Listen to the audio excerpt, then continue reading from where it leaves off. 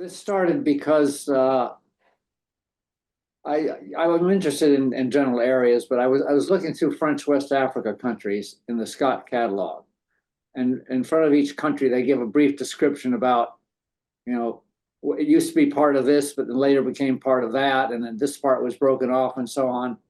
And the ones for French West Africa, especially for a thing called French Sudan, were very, very complicated. And I started taking notes on them, and it wasn't satisfactory in terms of making sense.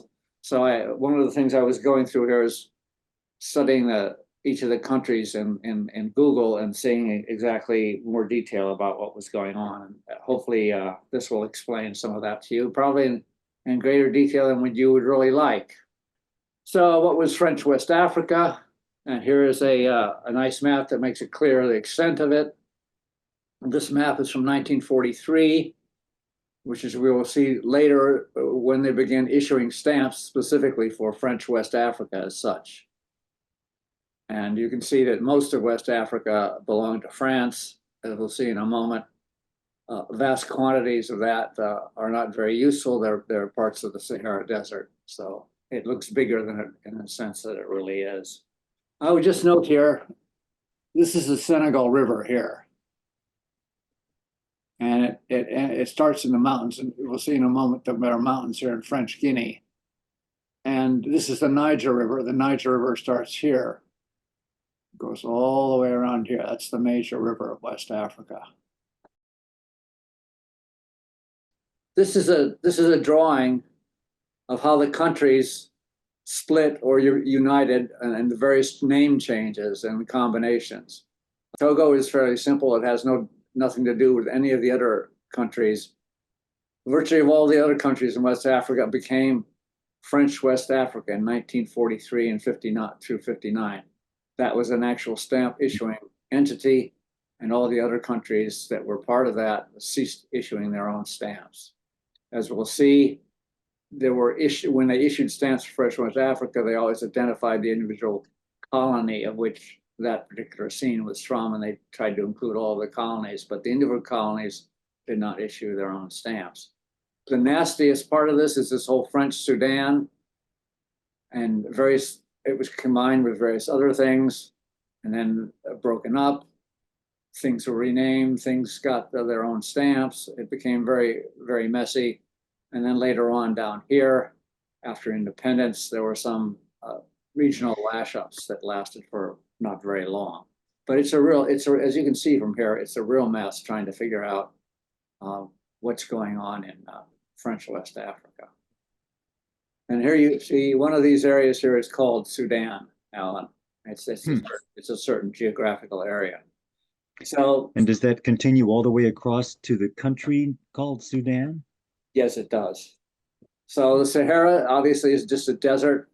What they call the Sahel is a transition zone, hot semi-desert and steppe. The Sudan is savanna and open woodland, hot semi-arid. It's not really desert, but it's semi-arid, it's dry. The Guinean is another transition zone. It's forest and savanna. And then the Guineo-Congolian is a tropical rainforest. A lot of which is no longer a tropical rainforest. It's just tropical because they've cut down all the trees and turned it into farmland and so on. It's mostly savanna and second growth forest. So you can see that most of the countries have at least two, and some of them have three of the zones that are prevalent here. Topography, the thing I point out here is this Fouta Djallon highlands in French, mostly in French Guinea. And as I say, that's the origin point for the Senegal and Niger rivers. The other river to take notice of here, we'll get to the rivers in a moment, but is the two rivers here, which join together and then exit down here in Ghana. That's the Volta River. And this particular country right here is it used to be called Upper Volta. It's now called Burkina Faso.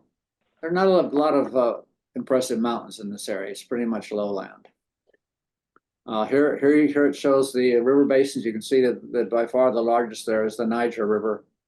It drains the largest area in West Africa. The light blue here is the Senegal River. Most of the other ones here are fairly small. In this blue area, that's the Volta River. And there are a bunch of rivers in the Sahara that don't go anywhere. They just dry up basically. Here's a population map. You haven't seen this map before. I added this just to show you that Nigeria, I believe, is the most populous country in Africa.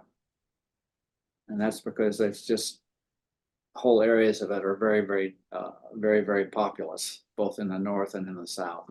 And then there's this bit over here in Senegal, which is fairly heavily populated. Most of the rest of the area is not heavily populated. Okay, here's a map of the coast. I like this map because it's an old map, and if you'll notice up here, the River Niger up here is shown with dashes. They didn't know exactly where it went back then. So, and there are other errors here in the topography of the area. But this shows the coast. This is the area called the Grain Coast, which is basically Liberia. Then there's the Ivory Coast, and that's, of course, the country now called Ivory Coast. There used to be a country here, a British colony called Gold Coast, which is now known as Ghana. And then in Togo and Dahomey here, it was the Slave Coast. And these were, descriptive characterizations of what sort of things you were being trading on that particular coast. That wasn't limited to that, but these were the areas where you, for example, got your ivory if you wanted ivory. Senegambia is a name which we'll get to later, which wasn't used very early. So I think this is mid-19th century. This is quite early. They hadn't explored the Niger River all the way. That didn't happen until the middle of the century. I showed this thing before. This just shows that in 1875, the European penetration into Africa was very shallow.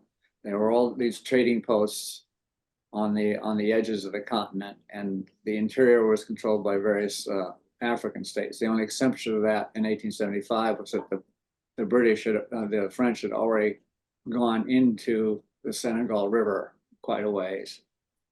So that was the first penetration of the area.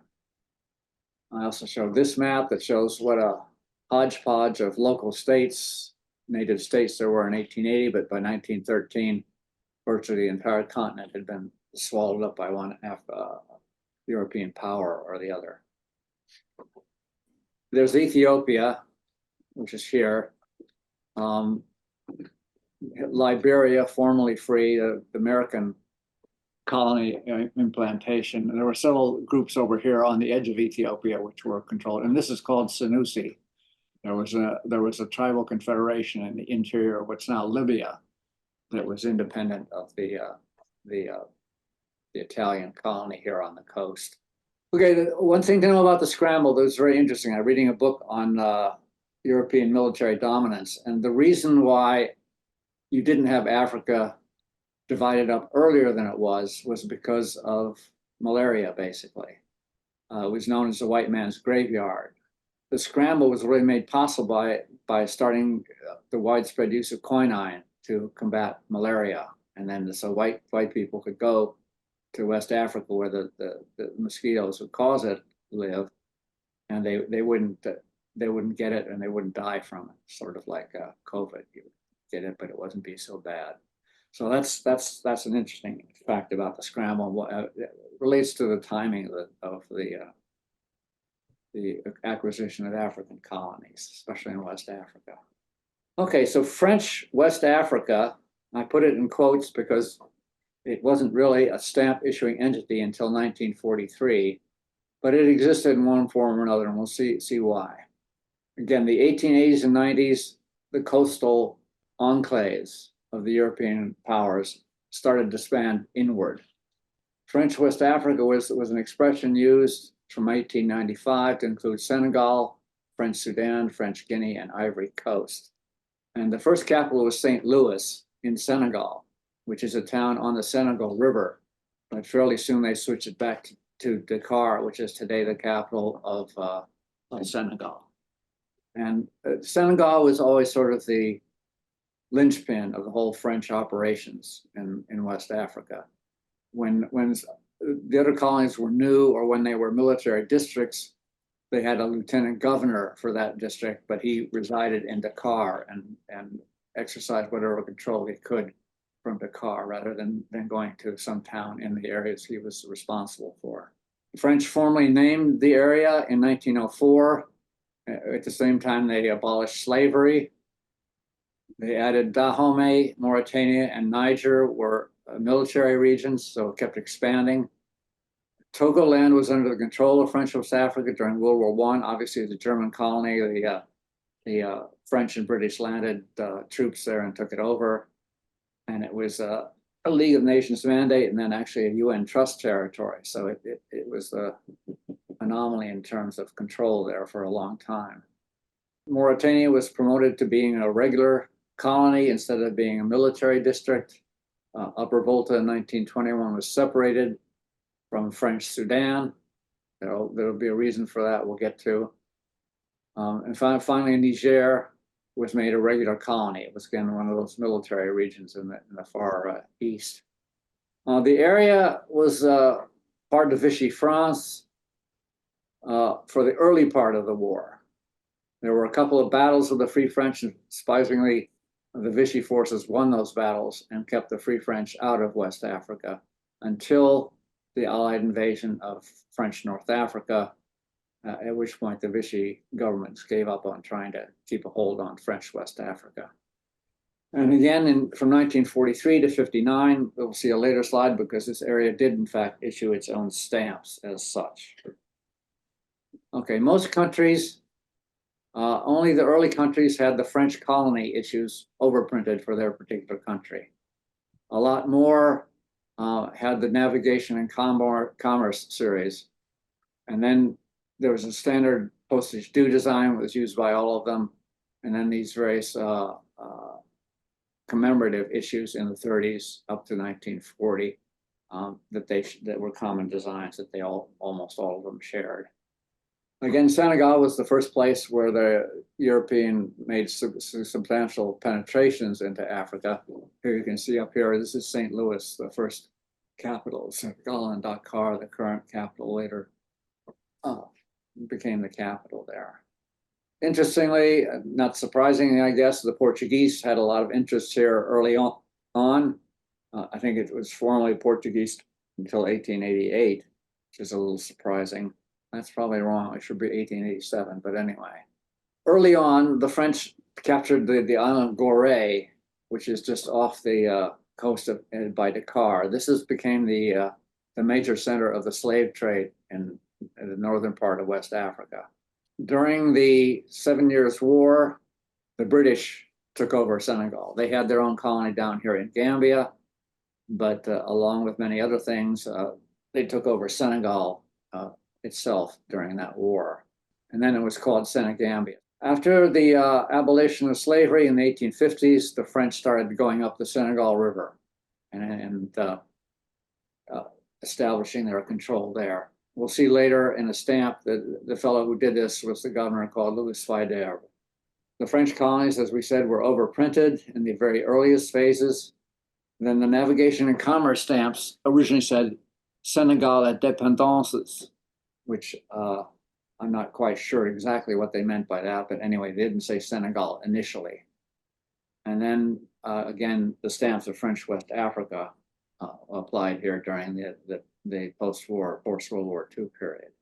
In 1959, when French West Africa broke up, neither Senegal nor later what became Mali, which was originally known as French Sudan, became independent individual countries from a philatelic point of view. They formed a thing called the Federation of Mali. And for about a year, they issued stamps under that particular name. And then the thing broke apart, as most of these regional lash-ups did. And from 1982 to 89, they participated in something called the Senegambia Confederation, which did not issue stamps as such. And that didn't, there were all sorts of problems with that, and it eventually broke up as well. So, and just to be clear that the dates you see up here have nothing to do with the legal status of colonies or whatever. They have to do with when stamps were issued for that under that particular name. So let's take a look. These three designs were first issued for Senegal. But as you can see, they're like the Navigation and Commerce series in that they have a box in which the name of a particular colony can be printed. So this particular series was issued for a number of the West African colonies. And here we have Louis Fidel, who was the person who expanded into the interior of Senegal. And here's Dr. Ballet, who was the governor of the French equatorial, French West Africa, separate governors, one for the colony and one for the entire area. And this is just obviously as a local tree, local kind of palm tree. You'll find that most of these countries have sets of stamps that look more or less like this, different designs for different countries in the 1914, 1933 approximate dates. And they have this one color for an elaborate frame, and then a separate color for some sort of local scene. And this happens to be a semi-postal overprint of the same series.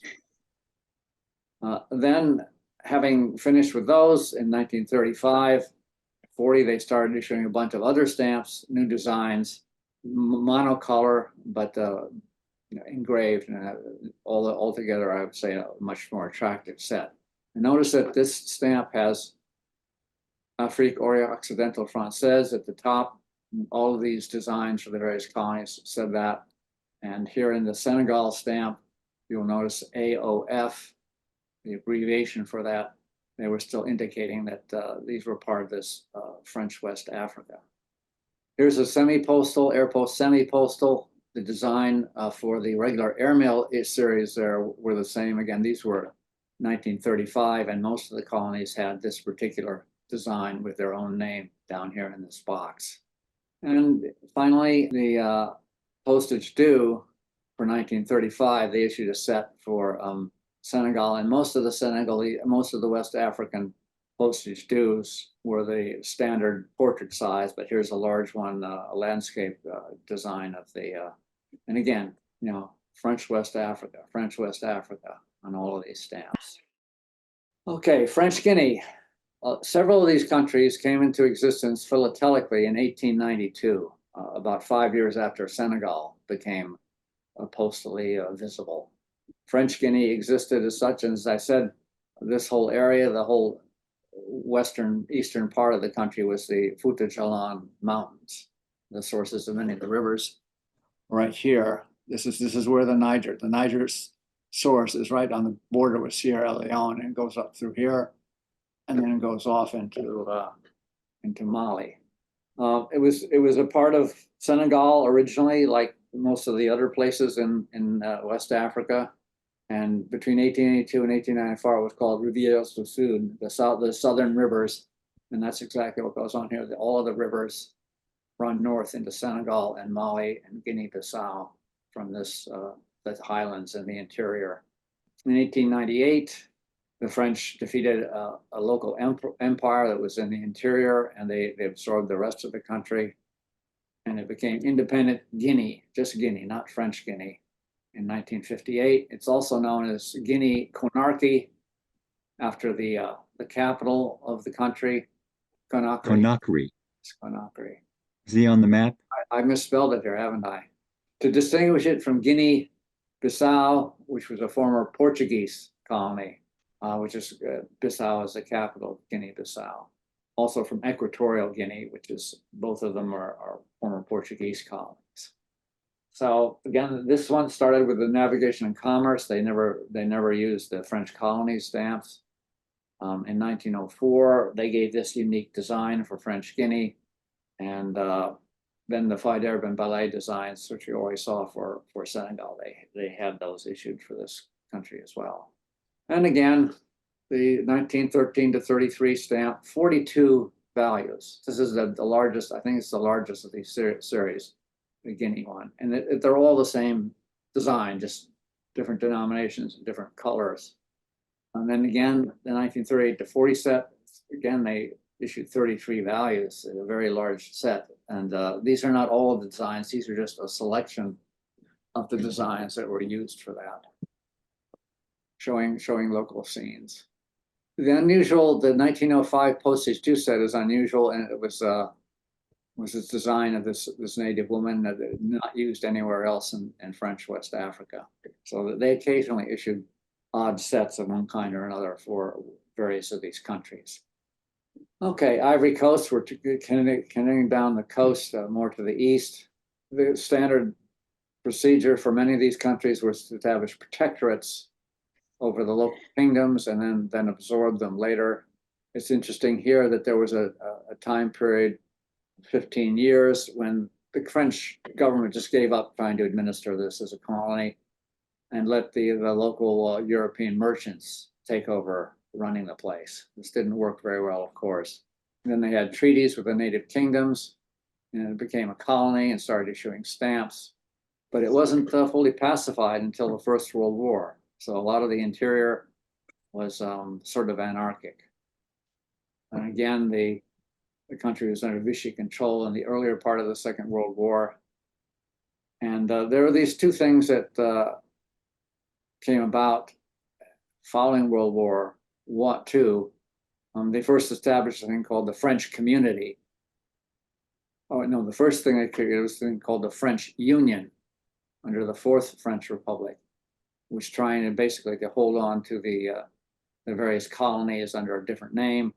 And then when the Fifth Republic came in, they changed the name to the French Community, which my understanding is was a less tight organization than the French Union. And of course, by the 1960s, it became independent. So it never changed its name. Okay, and here's the 1913 bicolor design that was common to many of these places.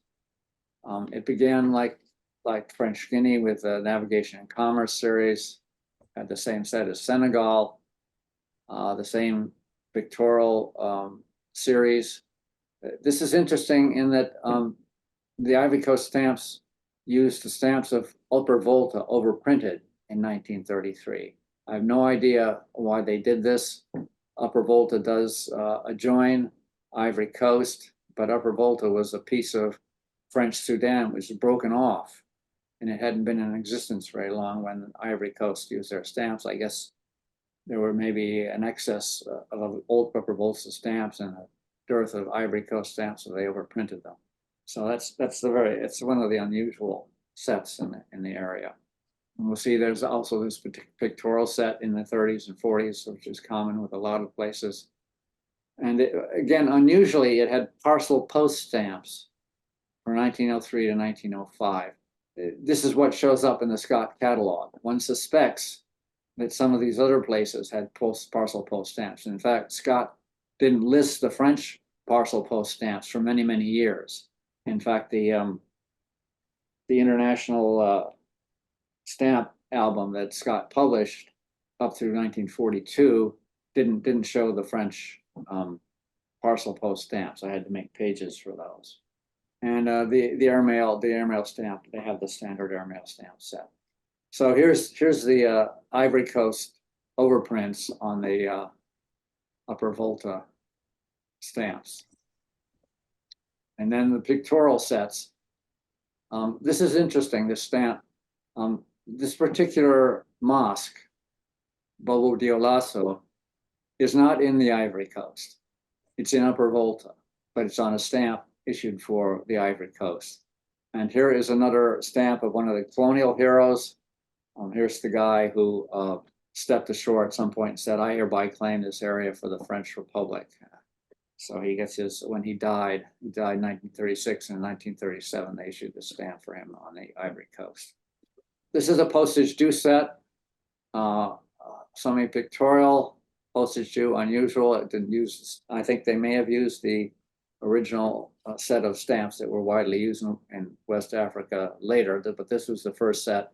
And several other colonies used the same design for their postage due. Again, a basic stamp, and then the name of the particular country in the box at the bottom.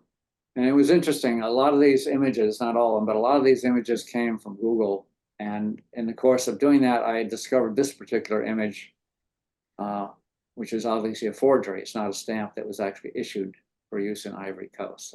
I'd have no history about it, but it would easily fool someone into thinking that there might have been an Ivory Coast stamp. Fantasy, I think, is what they call these things. Maybe, yeah. And this is very interesting. They ran short of currency apparently in the Ivory Coast at some point, and they overstamped postage stamps to be used as currency. And this is very interesting because it's a stamp put on a piece of paper, and then a new piece of paper itself being perforated. And as you can see, the overprint saying that this is currency actually extends beyond the boundaries of the stamp itself. They didn't really use the stamps; they used these things on a piece of paper with the overprint. So that was the very unique thing. I didn't find that anywhere else. And when was that? I think in World War I. I'm not sure. This is the 1913 to 33 series. So it was sometime in either in the First World War or in the interwar period. Okay, French Sudan, Federation of Mali, and Mali. This area shown on the map here. This is the River Niger flowing through Mali, the famous exotic city of Timbuktu, and then it turns south and flows through the edge of Niger, across the border between Niger and Benin or Dahomey, and then into Nigeria, where it flows finally to the sea. And this whole area up here, of course, is Sahara Desert, and almost all the population, if you remember the population map, is down here in the south and the western edges of the country. This area was known as Upper River. This river here is the Senegal River. So it was the upper river of the Senegal colony. So it made sense to call it Upper River. That was what it was originally known as. And then it was known as French Sudan through most of the late 19th century into the World War II period. However, this is where you get all these strange minor countries. It was called Middle Niger and Upper Senegal, but not issuing stamps under that name for this brief period in the start of the 20th century. But then in 1902, 1904, it issued stamps under the name Senegal and Niger, because Senegal River is here and Niger River here. Again, a logical name, Senegal and Niger. And then following that, they changed the name slightly. It was called Upper Senegal and Niger. Don't know all the details of why they would change the name like that, bother to change the name, because obviously this is the Upper Senegal. It's not the main part of Senegal. Okay, after French West Africa was dissolved in 1959, again, as I say, it was part of a lash-up between Senegal and Mali, this Federation of Mali. And it was known then as the Sudanese Republic. The two countries kept their own administration to a large degree, but they were also in a union. And it was known as the Sudanese Republic for that period. But then when that broke up, it described itself as Mali, and which is still known today. And as I say, the famous city of Timbuktu is in Mali. Timbuktu here and Gao here were major cities on the Niger River, and they were mainly involved in trans-Saharan trade, both centers of Islamic culture. This was one of the areas that actually used the French colony overprints. Then they had the navigation and commerce. They used Upper Senegal and Niger stamps were overprinted when it became a separate colony. And they had their own pictorial series, which we'll see in a moment. The rest of the stamps for French Sudan were all those common designs. So here's the French Sudan stamps. This is you'll see is the 1930 to 40 type of style, and just 3 designs. Vichy had, as I said, had control of these areas before 1942. And these were actually put into use. A lot of the Vichy stamps in the catalog are saying it was issued, they were printed in France, but they were never put in use in the colonies. These stamps were in fact put in use and it's interesting here that it just says Sudan. It doesn't say French Sudan. And again, if you recognize that's the same image is on the middle stamp in the 1931 to 40 set. And here are pictures. This is the largest mosque in Timbuktu. This is a mausoleum in Timbuktu. These things sticking out are not just decorations. These buildings are built of mud brick, and they have to be repaired like every 10 or 15 years.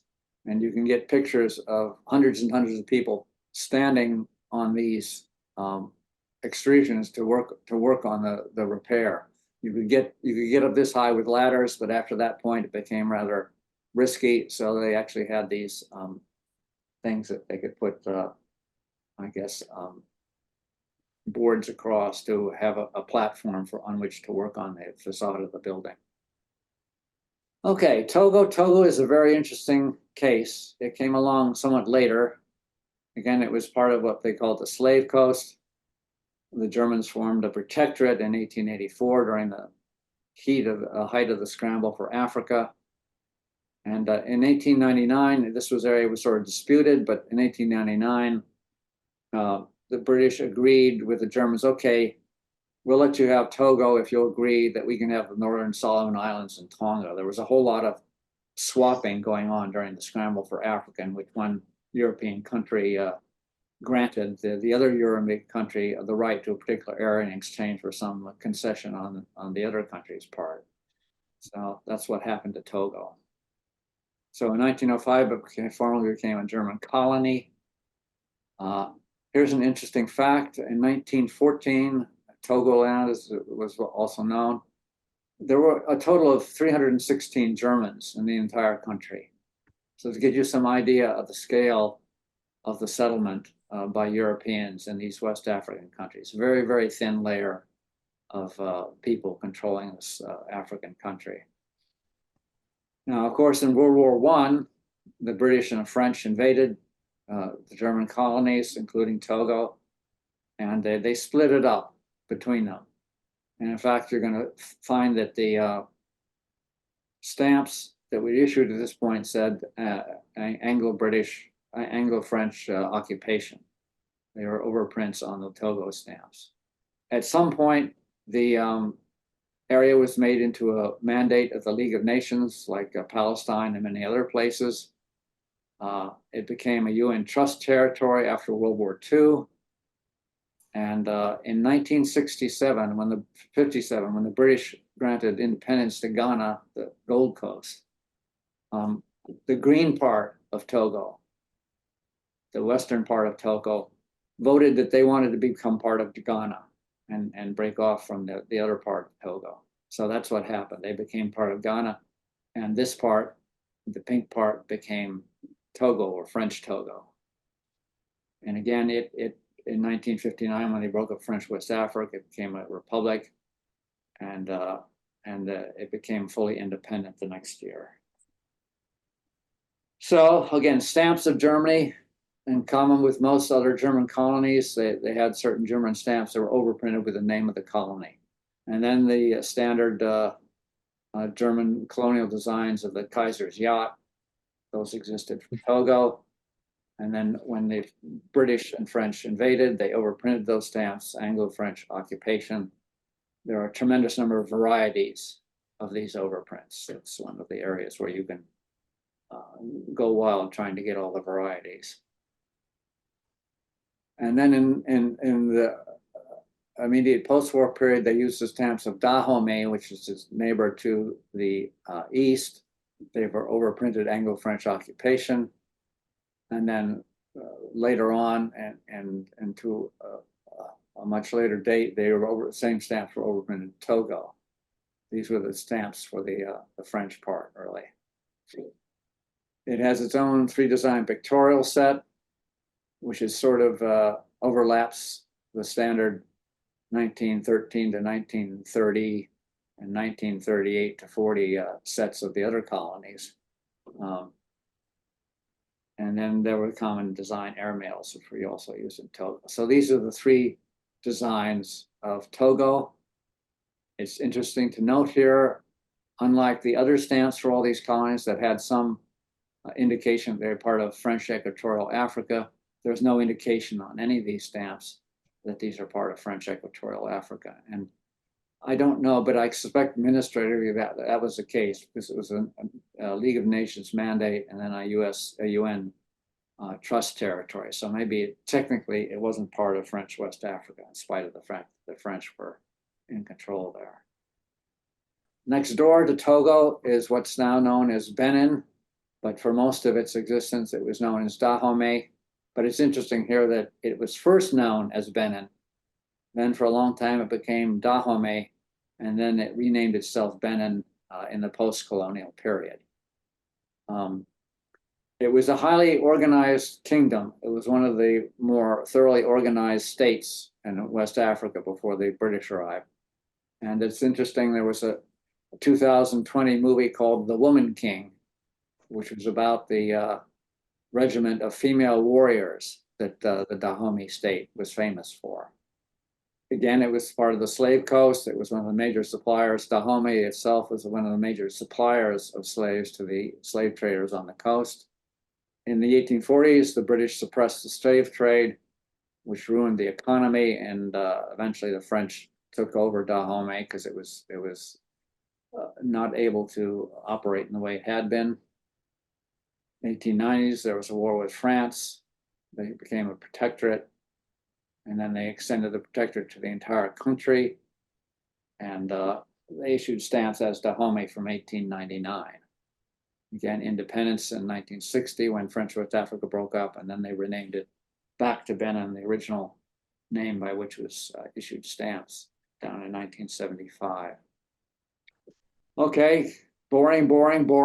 The same 1913 to 33 set of bicolor French West Africa stamps. Originally, they did have French colonies, and that's the stamps that you have listed under Benin were the ones that from French colonies, just overprinted. The navigation and commerce, it's interesting, they had two versions of it. The first version was called Golfe de Benin. And then it reissued most of the set just saying Benin. Why? Don't know.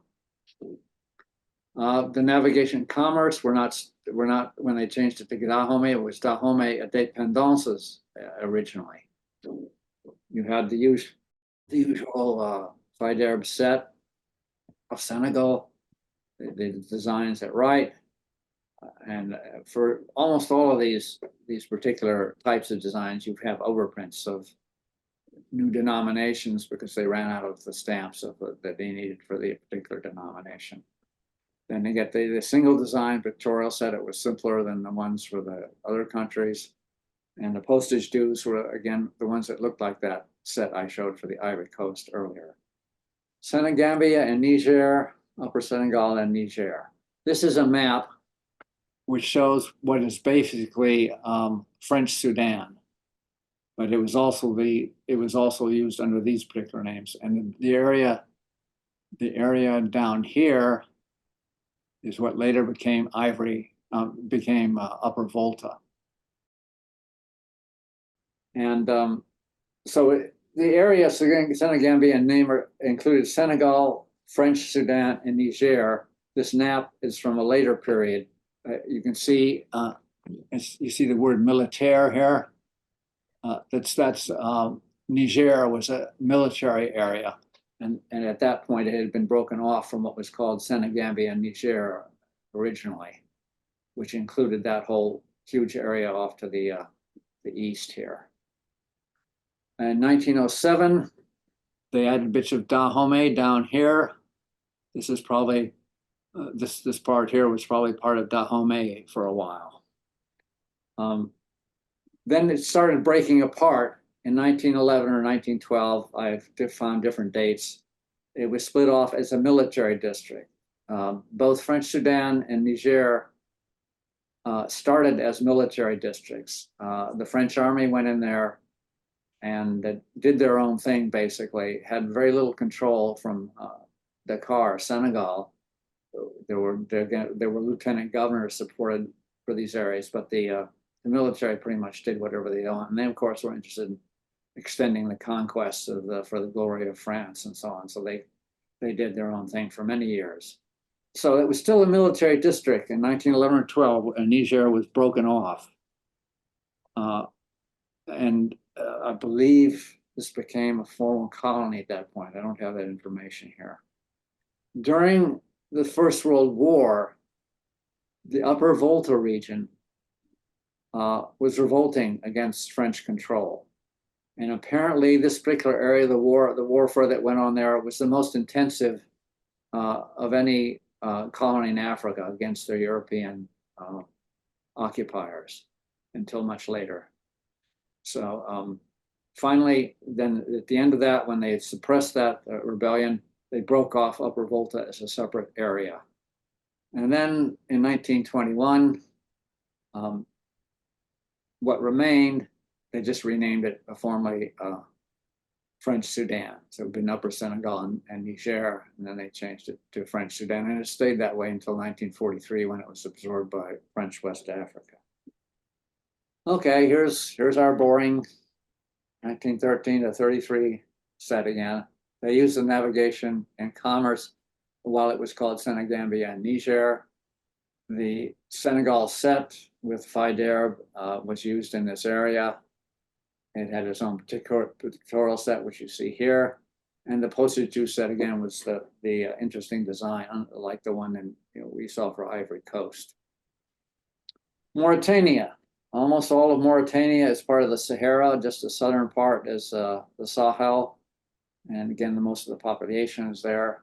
They didn't really move into this area initially because there weren't things, slaves or ivory or gold that they wanted from this area. It was a pretty poor area. So they started establishing a protectorate in 1904. This Adrar area, which is the area up here, the northern, most of the north, not all the northern part, but the mid-northern part, they conquered, they sent in troops and took control of it in 1912. And then it was part of French West Africa and became independent when the rest of the countries became independent. Dare we say there was a 1913 to 33 set like this. 06 to 07 is again the Fider series from Senegal. They had those. There's a pictorial set which we'll see in a moment, and the postage due was like the Ivory Coast postage due. So that was fairly widely used. And here's Mauritania. Notice 3 of the 4 stamps have camels on them. This is a highly nomadic area with camels are used to get around. Okay, Upper Volta, one of the later appearing colonies, again, broken off in 1920. And when it became independent from France in the 1960s, it retained its name. And then, like Benin, during the post-colonial period, they decided to rename the country. In 1932, parts of this, which you obviously are not shown in this outline map because they were separated, but Ivory Coast got some of the territories that were originally part of Upper Volta, and French Sudan and Niger also all got a little piece of Upper Volta and was downsized somewhat. Then they reconstituted in 1947, while the area was known as French West Africa. And 58, these fake independents, the French community, they became a self-governing state and became fully independent in 1960, and then was renamed. And in the main catalogs, not the classic, but in the main catalogs, Scott lists the Burkina Faso, the Upper Volta stamps as the initial stamps of Burkina Faso. So the 2 catalogs, they treat it differently. I could go on for hours about the strange decisions of Scott to put this country there or not there and so on, but that's what they do for Burkina Faso anyway. Originally, they had the Upper Senegal and Niger stamps, it was part of Upper Senegal and Niger, and then they overprint them Upper Volta in 1920 through 28. And then in 1928, they issued their own set of stamps. These 3 designs for Upper Volta. These are Hausa people in all of these stamps. That I guess Hausa that dominate the tribal group in Upper Volta. Now Niger, notice that the capital is down here on the Niger River, and there are more towns in the south and north part, of course, is all just Sahara Desert. And again, it was split off from Upper Senegal and Niger as a military district in 1911. It became a colony in 1922. And there were a whole bunch of relatively minor border changes over the course of its existence.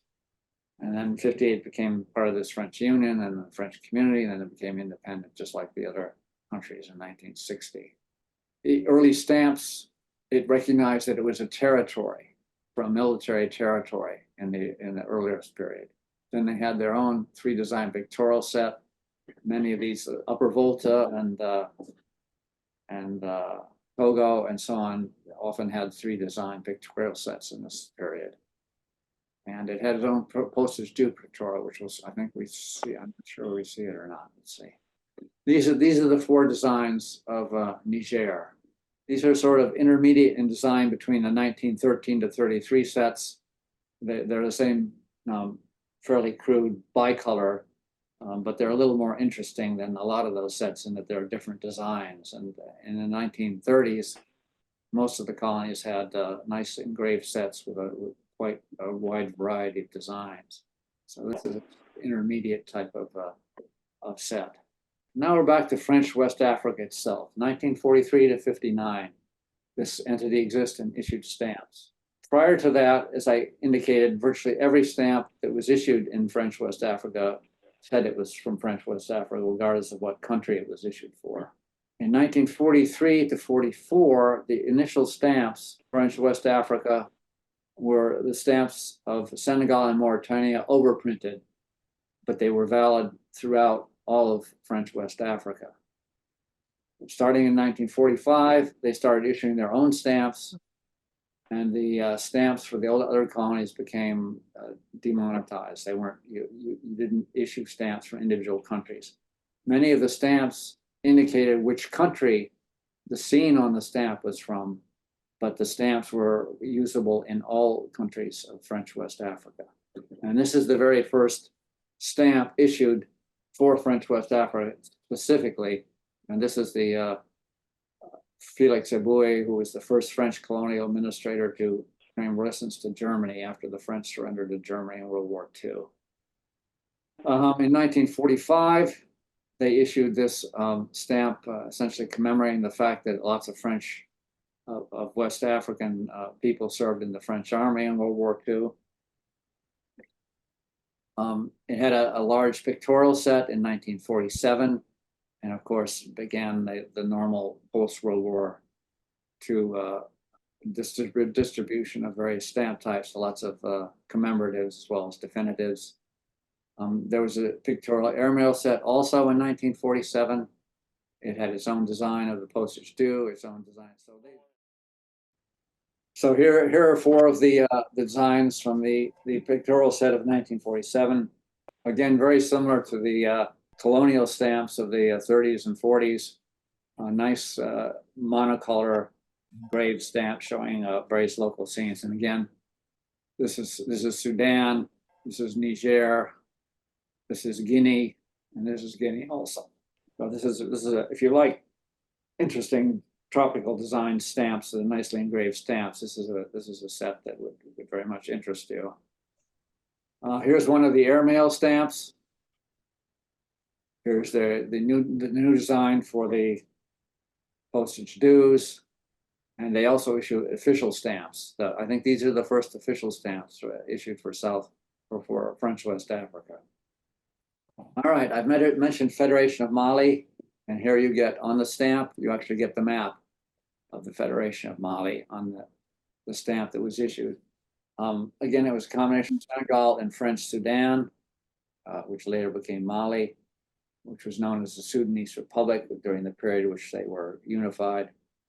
And it lasted a little more than a year, and they only issued 9 stamps, of which this is one of them. This is the last set of stamps issued for combinations of countries. There were several other combinations of countries which we're about to go into, none of which ever issued stamps as such. So there was a thing called the Sahel Benin Union, which included Upper Volta, Niger, Dahomey, and Ivory Coast. Notice Senegal is not included in here, nor is Mali. These are more eastern countries in French West Africa. And then this is for about a year. And it was an attempt in some ways to revive French West Africa in a more limited sense. However, it changed its name and it still exists. It's called the Conseil de l'Entente, and Togo joined it in 1966, and it still exists. If you want to know about that, I guess you can look it up. You can Google it. It's sort of a loose confederation of these particular countries. Then there's also a thing called the Economic Community of West African States. Notice that shown here on this map is that the fact that it does include all of the British and former Portuguese colonies of the area, as well as the French colonies. But for some reason, Mauritania is not part of it. But the Cape Verde Islands off the coast, they are included in that. They set up in one way in 1975, but then having learned from examples, they revised the treaty that recognized what this area was for and what the terms of being a member were. And then in 2024, this year, Niger, Burkina Faso, and Mali withdrew from this confederation because they had formerly been excluded, suspended, because they were military coups there, and the regimes were not well thought of by the other members of the grouping. But French Guinea down here, even though suspended, remained a member. But these three, Saharan and Upper Volta, had left, actually formally left the organization. Now, this is interesting. I mention this because those of you who come to the in-person meetings may remember that at one point I was selling off some coins that my cousin, who was in the Peace Corps in Senegal for a number of years, had. And they included coins denominated in CFA francs. So after World War II, the CFA franc replaced the French West African franc. Again, the area known as French West Africa had its own currency and was shared among all the countries. And virtually all of them started using the CFA franc in 1945. Then Mali left and had its own franc. In the 70s and 80s, Mauritania left, established its own currency, then gave up on that and rejoined the CFA franc area. The organization was formalized, and then the Portuguese colony, it uses the same currency as the other West African states, except for the ex-British colonies. And then it was pegged first to the French franc, and it's now pegged to the euro. So the exchange rate is stable. That is the story of the complicated history of French West Africa and the stamps that go with it.